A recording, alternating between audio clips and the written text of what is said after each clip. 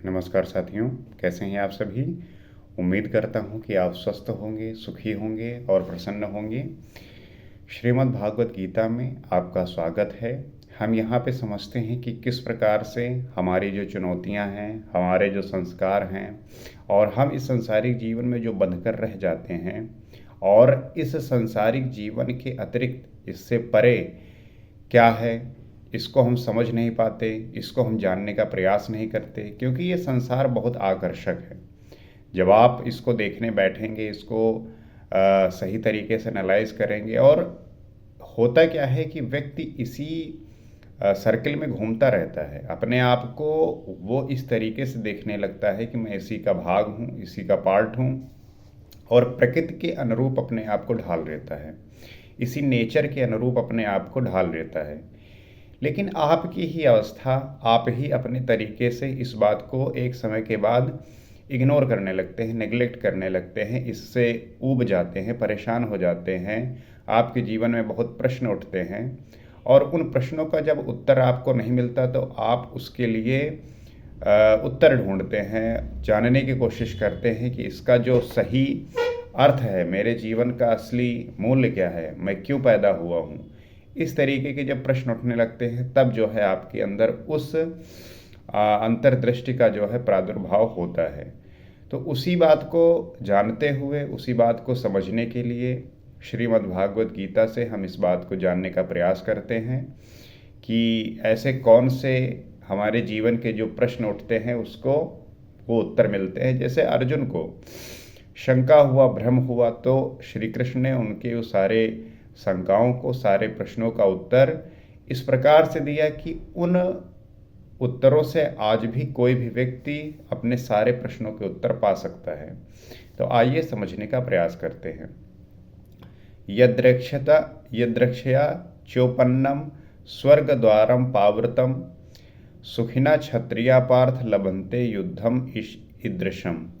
पार्थिव शरीर को ही रथ बनाकर अचूक लक्ष्य वेदी अर्जुन स्वतः प्राप्त स्वर्ग के खुले हुए द्वार रूपी इस युद्ध को भाग्यवान क्षत्रिय ही प्राप्त करते हैं। अब हम इस शरीर से, इस प्रकृति से, इस संसार से ऊपर उठने की बात करते हैं, इससे परे जाने की बात करते हैं, तो वो ये है कि ये तभी आप पा सकते हैं कि जो हमने अवस्थाएं चर्चा की बात की कि शूद्र से वैश्य, वैश्य से क्षत्रिय और क्षत्रिय से ब्राह्मण, तो ये आपके गुण के आधार पर और आपके स्वभाव के आधार पर परिवर्तित होते हैं। तो जब आप क्षत्रिय अवस्था में आ जाते हैं तब आपके अंदर वो परम ब्रह्म को प्राप्त करने की जो एक कह लीजिए एलिजिबिलिटी होती है, तब प्राप्त कर सकते हैं। तो क्षत्रिय श्रेणी के साधक में तीनों गुणों को काट देने की क्षमता रहती है। तो जो क्षत्रिय गुण के साधक हैं वही जो है शूद्र, वैश्य और क्षत्रिय गुण के जो सारे गुण हैं इसको काटकर ब्राह्मण अर्थात ब्रह्मा की अवस्था में पहुंचने की उनके अंदर वो कैपेबिलिटी होती है, वो क्षमता होती है। उसके लिए स्वर्ग का द्वार खुला है क्योंकि उसमें दैवीय संपद पूर्णता अर्जित रहती है, स्वर्ग में विचरने की उसमें क्षमता होती है, यही खुला हुआ स्वर्ग का द्वार है। तो जो व्यक्ति उस ब्राह्मण की अवस्था में पहुंचता है और उस परम ब्रह्म परमात्मा को जानने की क्षमता रखता है, तो वो जो है, होता क्या है कि उसके लिए जो स्वर्ग के द्वार हैं और जो उसमें दैवी संपद पूर्णता अर्जित रहती है, वो स्वर्ग में विचरने की उसमें क्षमता रहती है, तो उसके लिए जो है वो स्वर्ग का द्वार खुल जाता है। तो ये आपकी ही अवस्था आपको वहाँ पहुँचाएगी। एक अवस्था पे आप शूद्र होते हैं, उसमें जब आप अपने आप को उस पर काम करते हैं, मेहनत करते हैं, तब वैश्य कैटेगरी में आते हैं। उसके बाद जो है आप क्षत्रिय में आते हैं और उसके बाद जो है ब्राह्मण की अवस्था में आता है। वहाँ पे उसके लगातार चिंतन और मनन से फिर आप ब्रह्म को प्राप्त कर लेते हैं। तो क्षेत्र क्षेत्रज्ञ के इस युद्ध को भगवान क्षत्रिय ही पाते हैं क्योंकि उनमें ही इस संघर्ष की क्षमता है। तो इस क्षेत्र और क्षेत्रज्ञ अर्थात जो हमारा शरीर है, हमारा जो ये अवस्था है, यहाँ पे उस स्थिति को प्राप्त कर सकता है कोई भाग्यवान क्षत्रिय ही, अर्थात जो क्षत्रिय की अवस्था में पहुँच गया है, वैसे आपके अंदर गुण आ गए हैं, तो वही भाग्यवान क्षत्रिय जो है इसको पा सकता है, इसको जान सकता है। दुनिया में लड़ाइयाँ होती हैं, विश्व सिमट कर लड़ता है, प्रत्येक जाति लड़ती है, किंतु शाश्वत विजय जीतने वाले को भी नहीं मिलती। ये तो बदले हैं। तो आप देखते ही होंगे कि दुनिया में न जाने कितनी लड़ाइयाँ होती रहती हैं, हुई हैं, हिस्ट्री हमारा इसी से भरा पड़ा है। और इसमें होता क्या है कि विश्व जो है सिमट कर रह जाता है, सिमटता है, लड़ता है, और जाति जात में लड़ाई होती है। शाश्वत विजय जीतने वाले को नहीं मिलती। अगर कोई जीत भी जाता है तो उसको शाश्वत विजय नहीं मिलती कि सब हमेशा के लिए मिल गई है। अभी आपने जीता है, हो सकता है कुछ दिन बाद फिर से आपको लड़ाई करनी पड़े। तो ये बदले हैं, जो जिसको जितना दबाता है कालांतर में उसे भी उतना ही दबना पड़ता है। तो ये नियम है कि आज अगर आप दबाएंगे, अगर आपके पास आज शक्ति है तो आज आप दबा रहे हैं, एक दिन आपके पास नहीं होगी तो आपको कोई दूसरा दबाएगा। तात्पर्य ये है कि अगर आप सोचिए कि समृद्ध से, शक्ति से आप उस परम ब्रह्म परमात्मा को, आत्मा को, शाश्वत आनंद को प्राप्त कर लें, तो ये आपका भ्रम है, इससे कुछ होने वाला नहीं है। इसमें इंद्रियों को सुखाने वाला शोक बना ही रहता है। कैसा विजय है, अंत में शरीर भी नष्ट हो जाता है। वास्तविक संघर्ष तो क्षेत्र और क्षेत्रज्ञ का है। तो जो सीधी बात यह है कि आपको उस अवस्था को प्राप्त करना है तो आपको इंद्रियों को जो है नष्ट करना पड़ेगा, अपने कामनाओं को, इच्छाओं को जो है दोहन करना पड़ेगा, और शरीर जो है वो अंत में नष्ट हो जाता है, ये भी जाहिर सी बात है। और आपको जो है वो स्थिति आप न जान पाते हैं, न महसूस कर पाते हैं। तो वास्तविक संघर्ष तो क्षेत्र और क्षेत्रज्ञ का है, जिसमें एक बार विजय हो जाने पर प्रकृति का सदा के लिए निरोध और परम पुरुष परमात्मा की प्राप्ति हो जाती है। तो जो वास्तविक संघर्ष है वो क्षेत्र और क्षेत्रज्ञ का है, जिसमें एक बार विजय हो जाने पर प्रकृति का सदा के लिए निरोध और परम पुरुष परमात्मा की प्राप्ति हो जाती है। तो प्रकृति के लिए, सदा के लिए, उसको प्राप्त करने के लिए जो आपको हनन करने की आवश्यकता है, वो आपका ये कामना है, आपका ये डिज़ायर है। ये ऐसी विजय है जिसके पीछे हार नहीं है, और ये एकमात्र ऐसा विनिंग है, एकमात्र ऐसा विन है, ये एकमात्र ऐसा विजय है कि इसके बाद आपको हार का सामना नहीं करना पड़ेगा। विजय हो गए तो हो गए। तो मैं आपसे यही कहूँगा कि आप जो है जाति को लेके, देश को लेके, संप्रदाय को लेके, धर्म को लेके, इन सब के लड़ाई के चक्कर में मत पड़िए।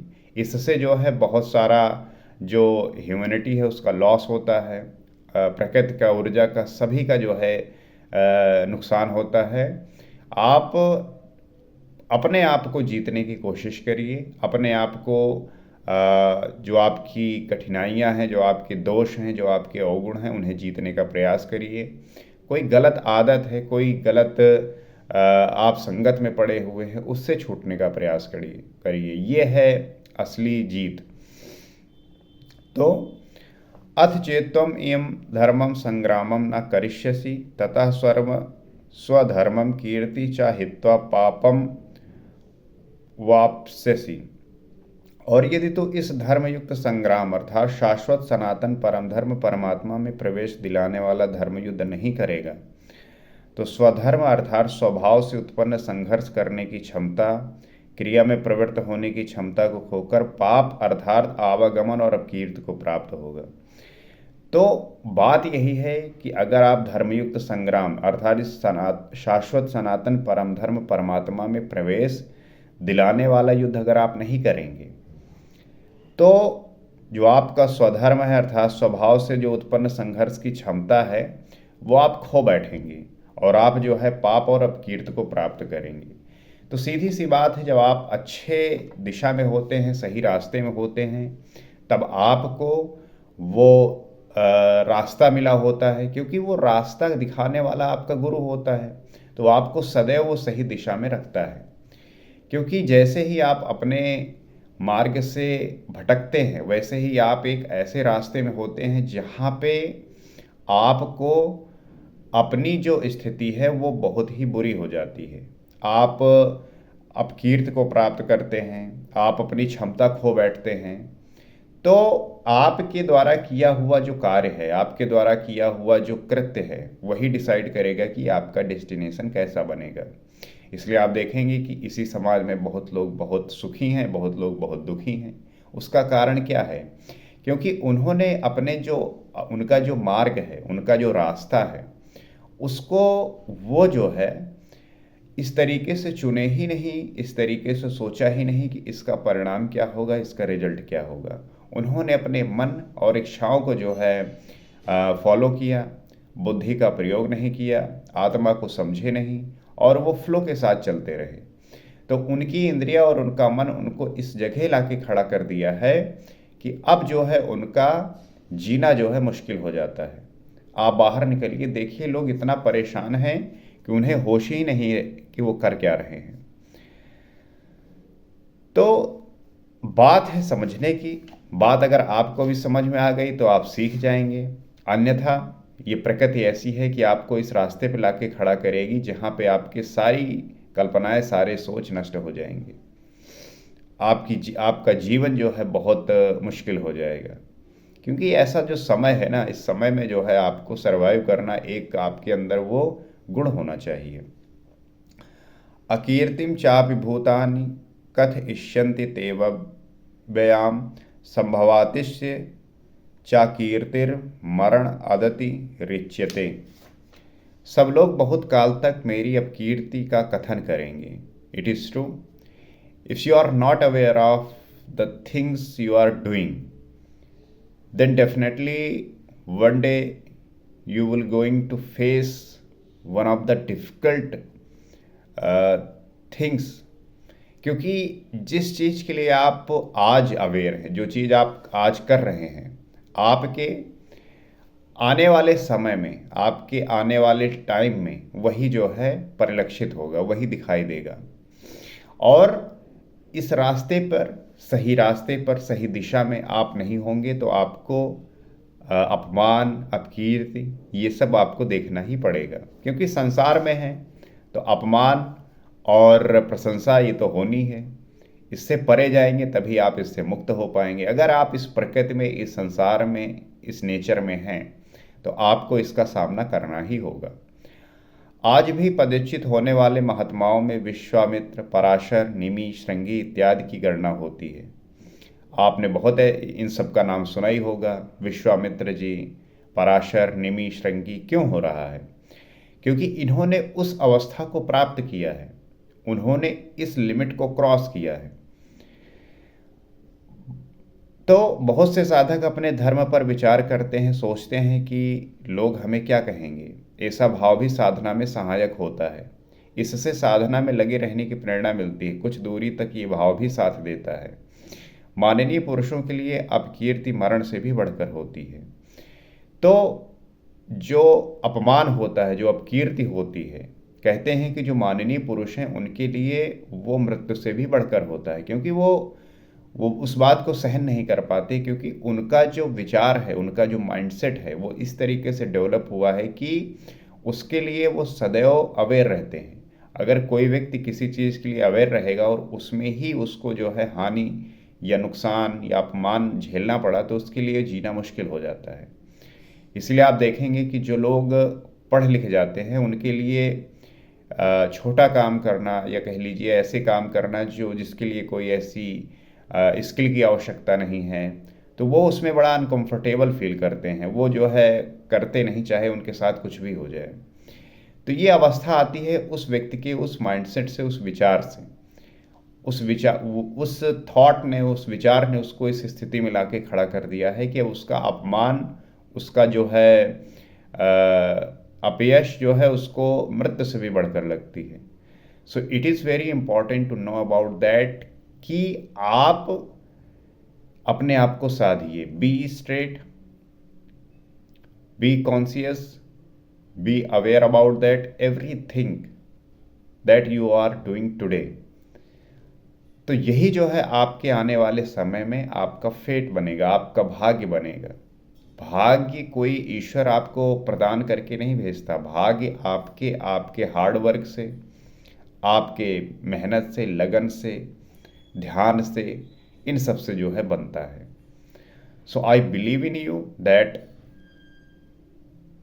आप करेंगे, आप इसको साधेंगे, और साधना के स्तर में कठिनाइयाँ आती हैं, वो चैलेंजेस आते हैं, उसको आपको झेलना होगा, मैनेज करना होगा, ये आर्ट सीखनी होगी।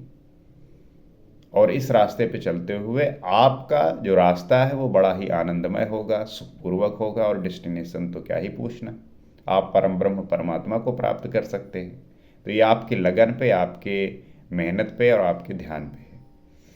तो आशा करते हैं कि आपको बात समझ में आई होगी, आप बात समझे होंगे, और आपको क्या लगता है आप भी इस बात को शेयर करिए, ताकि हम अपने विचारों को इस तरीके से आदान प्रदान कर कर उस स्थिति को पहुंच सके जहां पे हम हर एक चीज़ को भूल जा रहे हैं, ठीक से नहीं देख पा रहे हैं, इसको प्राप्त कर पाएंगे।